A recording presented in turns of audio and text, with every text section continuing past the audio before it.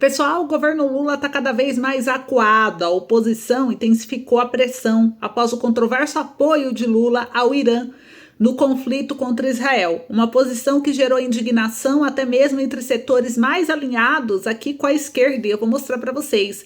A imagem internacional do Brasil começa a deteriorar-se enquanto internamente cresce a percepção de que o país está a caminhar para um abismo político e até mesmo, eu diria, econômico, né? Então, o desconforto é visível. Até a grande mídia, aqui eu tô abrindo as matérias para mostrar para vocês, historicamente simpática ao campo progressista, começa a destacar os erros e contradições do atual governo, e a instabilidade chegou também aqui ao Supremo Tribunal Federal, onde o Alexandre de Moraes, que é o ministro do STF, sentindo o calor da pressão, anulou a prisão preventiva de uma figura importante da direita, um movimento que muitos interpretaram como uma tentativa de alívio tensional e evitar um colapso institucional. Enquanto isso, aqui nos Estados Unidos, o Donald Trump continua a ditar o ritmo do debate internacional. O presidente anunciou novas restrições a cidadãos de dezenas de países, reforçando a sua firme política de imigração. Então a gente vai revelar aqui no vídeo de hoje a lista completa dessas nações, mas antes não esqueça de se inscrever aí no canal, compartilhar esse vídeo e eu quero saber muito a sua opinião. Você acha que o Trump está certo em fechar ainda mais as portas dos Estados Unidos para os imigrantes, sim ou não? Comente aí para mim. Enquanto você comenta, eu começo aqui com o jornal Poder 360, que trouxe que o governo Lula fez uma nota de repúdio contra o ataque de Israel no território do Irã. E a oposição detonou o Lula, gente. Mais uma vez, olha só. A oposição critica a nota do governo Lula sobre conflito Israel-Irã. Diplomacia brasileira condenou o ataque israelense por violar a soberania iraniana, que revidou o bombardeio, que aconteceu. E aqui mostra que a nota do governo Lula condenando o ataque de Israel a Irã foi na sexta-feira do dia 13 de junho, foi criticada por congressistas de oposição. O comunicado publicado pelo Ministério de Relações Exteriores disse que a ação israelense viola a soberania iraniana e ameaça mergulhar toda a região em conflito de ampla dimensão. O deputado federal licenciado Eduardo Bolsonaro disse que Israel ataca a infraestrutura militar iraniana enquanto o Irã mira em civis israelenses. Segundo ele, o Itamaraty não enxerga a diferença nessas condutas.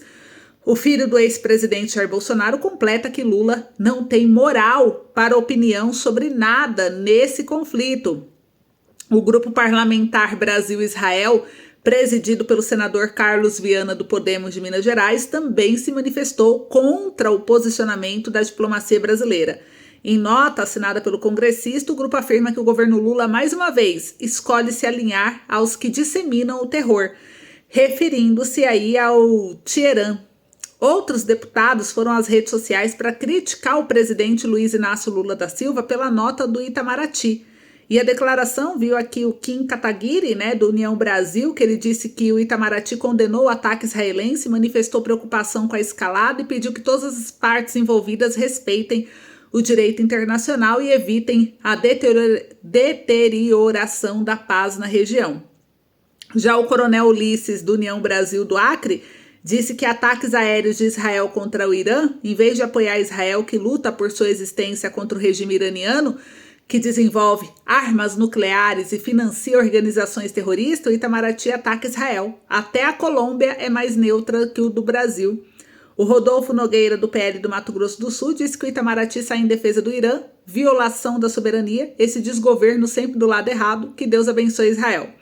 Messias Donato, que é do Republicanos do Espírito Santo, disse que protocolou uma moção de repúdio à nota do Itamaraty que condenou Israel por se defender do Irã.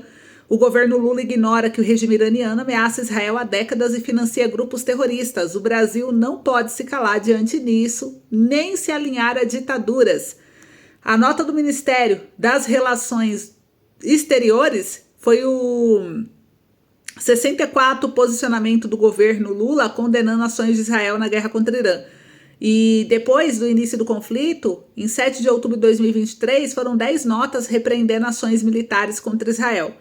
Direitos civis no Irã. A teocracia do Irã adota leis rígidas sobre o uso de vestimenta femininos que cobre parcialmente o resto e sobre a população. LGBTQIA+, né? Que agora é o pessoal, é a nova sigla. E em dezembro de 2024, o país persa suspendeu a implementação da lei da castidade, que determinava penas mais rígidas para mulheres que não utilizassem o véu ou colocassem de maneira incorreta. As punições variavam de multas à prisão e até pena de morte. Apesar disso, em 2022, a jovem Masha foi morta pela polícia moral iraniana por não utilizar corretamente o véu. E ele é um tipo de véu islâmico usado para esconder o cabelo, o pescoço e o busto das mulheres. É diferente do que deixa apenas os olhos à mostra, e também da burca, que cobre todo o rosto. A morte de Amini provou protestos da população contra o governo que culminaram no fim da polícia moral. E as pessoas detidas por práticas homossexuais, contudo, ainda há pena de morte. A pena capital também é aplicada contra cidadãos condenados por consumo de venda de drogas e dissidentes do governo. Segundo a ONU, o Irã executou 901 pessoas em 2025, sendo 31 mulheres. Foi o maior número em 15 anos. Quero saber de vocês o que vocês acham em relação a isso. Enquanto isso, Folha de São Paulo trouxe uma matéria aqui também importante. A Folha fez uma reportagem mostrando que o Lula está levando o Brasil ao rumo do abismo, gente. Olha isso. Responsabilidade por desajuste fiscal é de Lula. Foi aqui publicado na Folha de São Paulo. O Congresso tem culpa por buscar privilégios, mas é o Executivo que cabe estabelecer diretrizes de política econômica. Então, sem liderança política no Executivo, dada a interdição de Luiz Inácio Lula da Silva a qualquer discussão sobre controle de despesa, o país permanece preso em crônica crise fiscal, com as contas públicas em desajuste alarmante. Depois de patrocinar um aumento de gastos permanente de 150 bilhões de reais ao ano por meio da PEC da gastança, ainda antes da posse, e de adotar regras insustentáveis para a expansão de gastos obrigatórios, o governo petista se limita a trabalhar com medidas paliativas visando chegar a 2026 sem uma crise aguda. Diante da fragilidade política do Planalto e de sua base parlamentar, não é surpresa a resistência do Congresso e da sociedade à nova investida arrecadatória que busca aumentar o imposto sobre operações financeiras, que é o IOF, e, por meio de uma medida provisória, majorar outros tributos, como os incidentes sobre instrumentos financeiros hoje isentos, apostas online e fintechs. O impasse político em torno dessas medidas, corretas isoladamente, mas que teriam mais legitimidade se houvesse um plano de contenção de despesa, é prova de que não será possível avançar sem um compromisso claro do Palácio e do Planalto. E culpar gestões anteriores, como fez novamente o ministro da Fazenda, Fernando Haddad, é uma estratégia desgastada que não exime o governo Lula de responsabilidade nem comprará alguma boa vontade do eleitorado. A piora dos resultados é clara e decorre de escolhas imprudentes da atual administração. Segundo a instituição fiscal independente ligada ao Senado, o resultado primário estrutural da União, que exclui gastos com juros e itens não recorrentes do orçamento,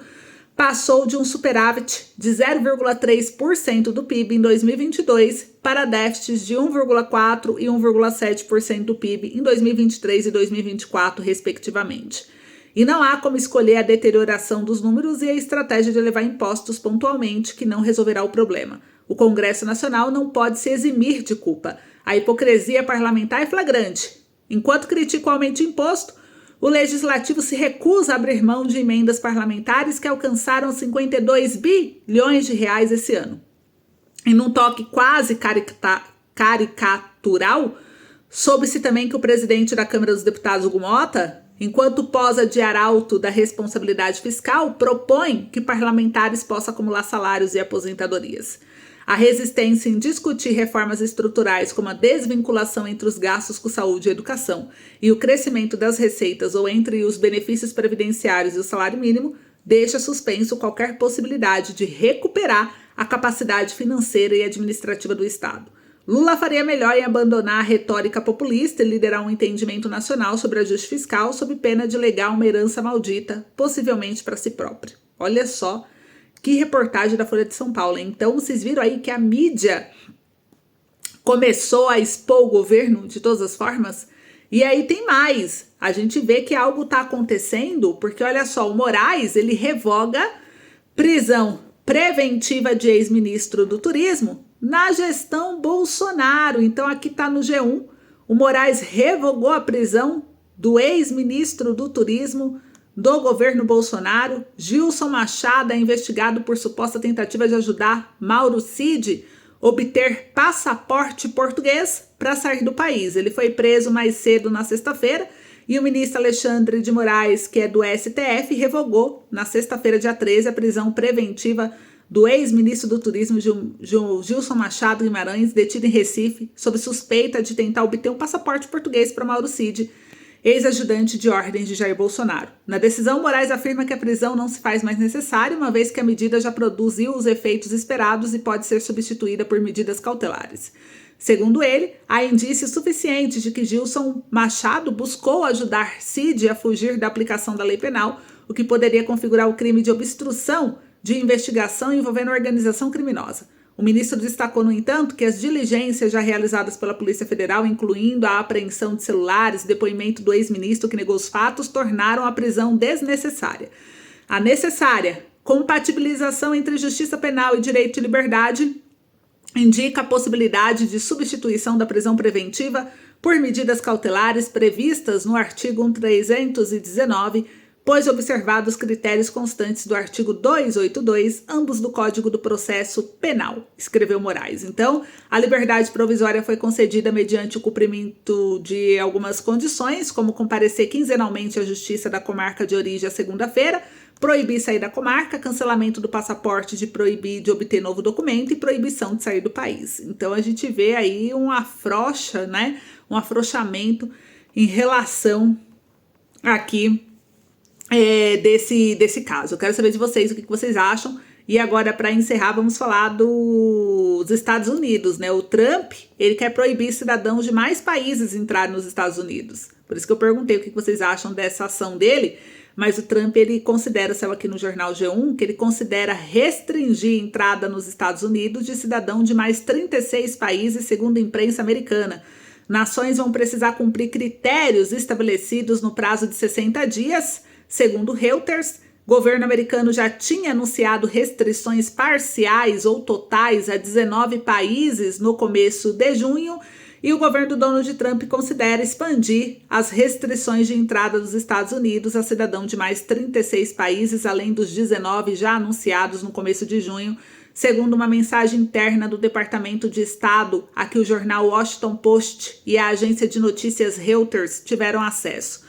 Na mensagem assinada pelo secretário dos Estados Unidos, Marco Rubio, são delineadas uma dúzia de preocupações sobre os países. O departamento identificou 36 países preocupantes que podem receber recomendação de suspensão total ou parcial da entrada, caso não cumpra os critérios e requisitos estabelecidos em até 60 dias. E entre as preocupações estão documentos confiáveis, problemas de segurança no passaporte, cidadãos envolvidos em atividades terroristas nos Estados Unidos ou com comportamentos antissemitas ou anti-americanos. E estamos constantemente reavaliando políticas para assegurar a segurança de americanos que cidadãos estrangeiros sigam nossas leis, afirmou um oficial do Departamento do Estado a Reuters ao se negar a comentar a expansão das restrições. E os países sob análise são aí Angola, Barbuda, Benin, Butão, Burkina Faso, Cabo Verde, Camboja, Camarões, Costa do Marfim, República Democrática do Congo,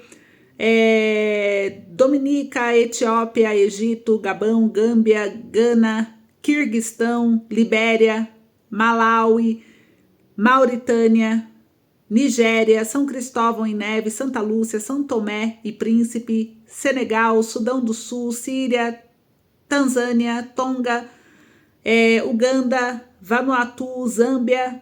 Olha só quantos países aqui estão sendo avaliados. E caso as restrições se confirmem, essas nações se juntam a outras 19 que já sofrem limitações totais ou parciais de acesso aos Estados Unidos. Então, gente, vocês viram que o clima esquentou aí. Comente a sua opinião. Esse foi o vídeo de hoje. Um beijo, se cuidem, obrigada e até a próxima.